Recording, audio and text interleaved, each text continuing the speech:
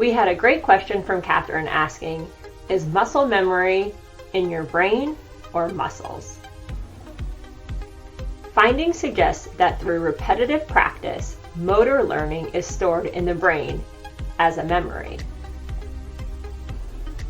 This is why after you have learned a motor skill and it is stored in your brain as a memory, performing it can seem effortless and almost subconscious. This can allow athletes to perform motor tasks fast and accurately without having to really think about it. And this is why you may hear people say, it's just like riding a bike. This refers to the fact that once you learn to do something well, and it is stored in your long-term motor memory, it can be easy to perform the task again, even if you haven't done it in some time. When first learning a motor task, movements are typically slower and more purposeful, and they require you to focus on the activity. With practice, the movements become smoother and more automatic and performed without having to really think about it. This is why some say it is also important to teach your brain to do a motor task correctly from the beginning, as it is more difficult to break bad habits in the future than do it right from the start. There are multiple areas in your brain that are important for storing motor memory. However, these differ from the typical memory areas we think of when referring to remembering past events of our life.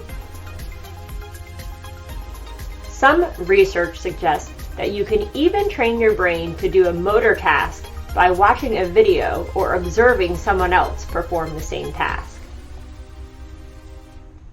This would mean that you can get better at a sport by watching professionals play. But the answer is not as easy as teaching your brain to do an activity by watching videos.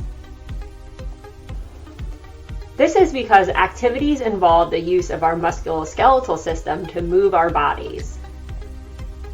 Repetitive movement combinations of our muscles through exercise and training allow the muscles to become stronger and better at performing a task.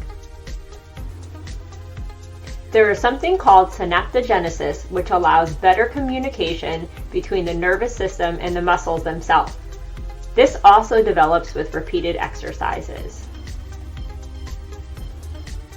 Muscles may become weaker after a break in exercise, but building back muscle strength in a muscle that was previously strong seems to happen quicker than when trying to build muscle strength for the first time. So the answer is both. You need to train your brain on how to do the task, but the brain, through the nervous system, also must strengthen the muscles needed to perform the task. After a period of inactivity, the brain can quickly recall how to do a previously learned task, and the muscles can also get stronger quicker if they have previously performed the task. This suggests that both our brain and our muscles, in some sense, can retain prior learned activities. It is important to train both our brain and bodies, and this is why we say, practice makes perfect.